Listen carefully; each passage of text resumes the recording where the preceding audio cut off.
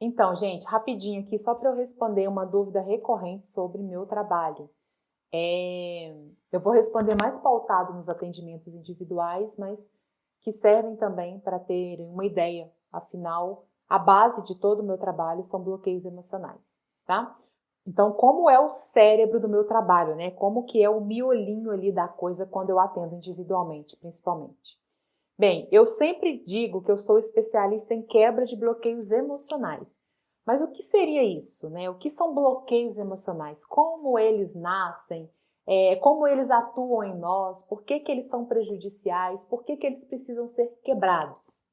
Bloqueios emocionais são como se fossem resistência, né? Uma resistência interna que a gente tem, uma resistência inconsciente. A gente não percebe. E essa resistência atua em nossas vidas. E onde nasce essa resistência? Lá na nossa infância, né? Ali no período, né, de até 7 anos, ocorre 80% dos bloqueios emocionais. Um pouquinho raríssimos, né, depois aí para frente e na vida adulta. Mas a grande maioria, né, quase a totalidade acontece lá na primeira infância. E eles se manifestam na nossa vida adulta, mas se originaram mesmo lá no passado. E eles atuam como se fosse um sequestro emocional, onde ali no momento, né, onde ocorre alguma coisa, um acontecimento, você fica inconsciente, você age de forma automática diante de alguma situação, porque as emoções das suas vivências do passado ficaram gravadas aí nos seus meridianos energéticos. Então é assim que funciona.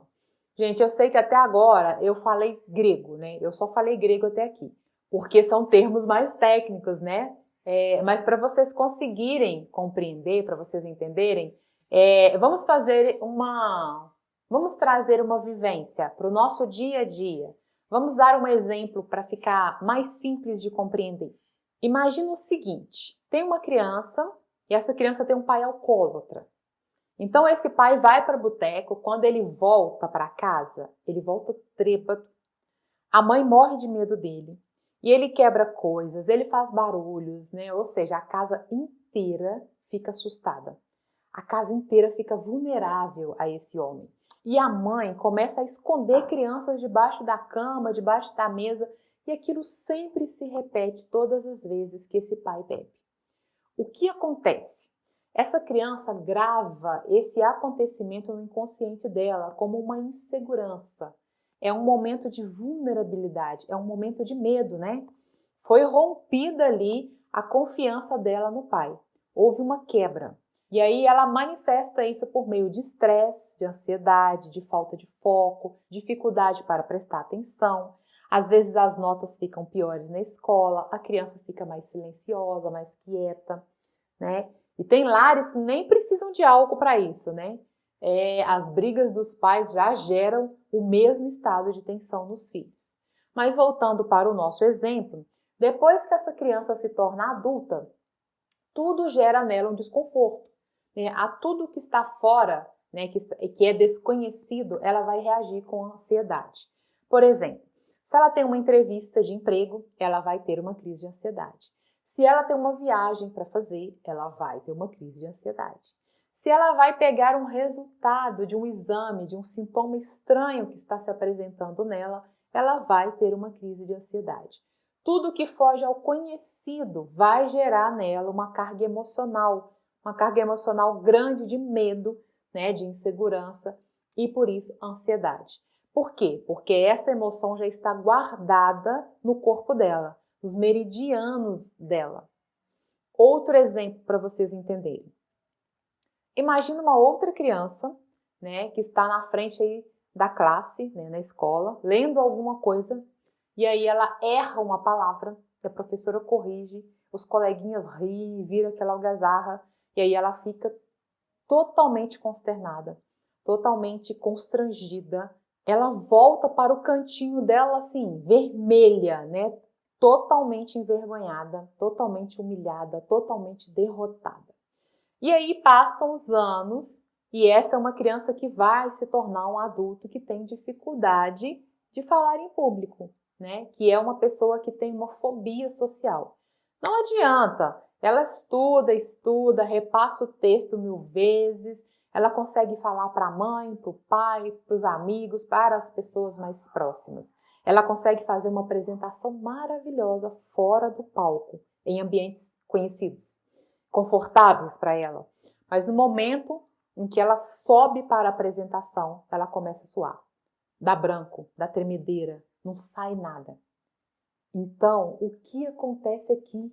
Como uma pessoa que consegue apresentar fora do palco não consegue apresentar no palco? Que lógica é essa? O que acontece é o que nós chamamos de sequestro emocional. No instante em que essa pessoa subiu ali no palco, o inconsciente dela se conectou com aquele momento lá na infância, né, onde ela foi humilhada, onde ela se sentiu envergonhada e impotente, e aí o inconsciente desliga, né, ele trava. Por quê? Porque o inconsciente quer te proteger. Ele trava para te fazer fugir da situação de desconforto, para você não se machucar. Inocente ele, né? Não sabe de nada. Então, gente, isso acontece de forma totalmente inconsciente, totalmente automática. E é assim para todas as áreas das nossas vidas. Nos relacionamentos, nas finanças, nas áreas da carreira, na área sexual, no poder pessoal, na autoestima. Ah, Andresa, mas eu não tive pais alcoólatras, nem passei nenhum vexame na escola, eu tenho bloqueios emocionais? Eu te pergunto, mas você teve alguém na família te comparando com outra criança? Surras e punições eram comuns na sua infância? Você sempre era uma criança reprimida ao falar algo? Você foi chamada de burra, de feia, de preguiçosa? Assistiu seus pais brigarem por causa de qualquer coisa, dinheiro, qualquer coisa, ciúmes? Passou alguma necessidade? Sofreu algum abuso físico, emocional, sexual? Sua mãe ameaçava ir embora? Você tinha algum apelido depreciativo? Tudo que você fazia era criticado? Ou você era paparicado demais e não te deixavam fazer nada? Decidiam tudo por você, da roupa até a comida? Agora ficou difícil de escapar dessas peneiras, né? Você sentiu medo? Se sentiu uma criança rejeitada, traída? Sentia que as coisas não saíam do jeito que você queria, que nunca poderiam ser do jeito que você queria? Pois é, gente. Todos nós, todas as pessoas têm bloqueios. Algumas pessoas têm muito mais, outras têm menos.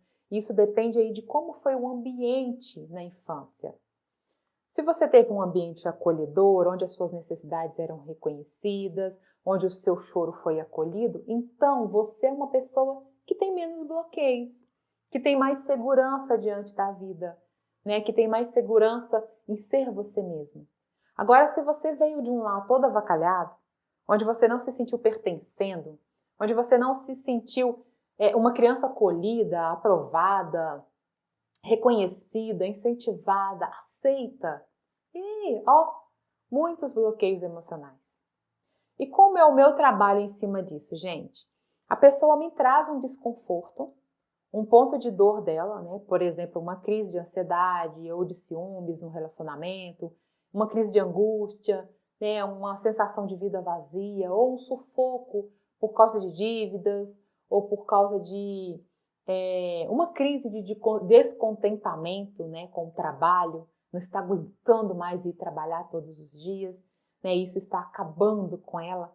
Ou às vezes um problema de autoestima, um problema de depressão, de não conseguir dizer não.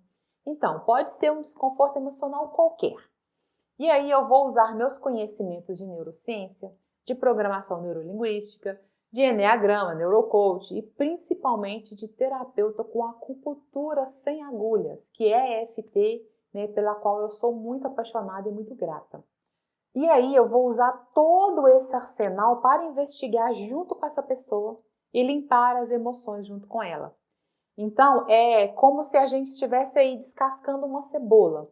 Ela me traz um incômodo, né? E a gente vai trabalhar esse incômodo no inconsciente dessa pessoa. Eu vou conduzindo para que ela traga do inconsciente para o consciente algumas memórias, alguns sentimentos. Às vezes a pessoa não lembra, né, o momento em que ela foi envergonhada, que ela foi humilhada, né, que causou esse bloqueio nela. É comum não lembrar. As pessoas visuais lembram mais. Mas assim, é comum não lembrar porque é uma memória emocional, não episódica. Ela vai ter a memória emocional. Ela vai falar, nossa, eu lembro que eu me senti assim já, né? Essa situação não me é estranha. Eu sempre me senti assim na vida. Ela vai trazendo isso para mim. E aí nós vamos retirando essa emoção dos meridianos energéticos dela, usando a técnica de acupuntura sem agulhas, né? Que é uma técnica onde a pessoa pode se auto-aplicar. Por isso eu faço meus atendimentos online, né? Eu faço pela internet. E aí a gente vai descascando essa cebola, né? Essa cebola emocional, inconsciente, retirando camada por camada. E com isso a pessoa já começa a sentir diferença nos seus comportamentos, né? Ela começa a perceber que ela está agindo de maneira mais consciente e menos automática nos seus comportamentos. Ah, Andresa, mas eu preciso ter fé para isso funcionar comigo? Será que funciona para mim? Não, gente, não tem nada a ver com fé. Não tem essa de você vai ter que pensar positivo na hora e ficar entoando o mantra e vai funcionar para mim, vai funcionar para mim. Não, não tem nada disso. A acupuntura emocional sem agulhas é uma técnica científica. Tem vários estudos, vários testes realizados. Se vocês pesquisarem aí na internet, vocês vão achar. A técnica atua direto nos meridianos energéticos, descarregando essas emoções. Então, esse processo todo da sessão individual, ele é embasado na neurociência. Então, não tem essa coisa de que tem que ter fé, não tem que ter fé, acredito, não acredito, não funcionou porque eu não acreditei. Funciona. Você acreditando ou você não acreditando, você só precisa fazer. Você só precisa perceber que você tem um incômodo, e isso é fácil, porque dói, né? O incômodo é algo desconfortável.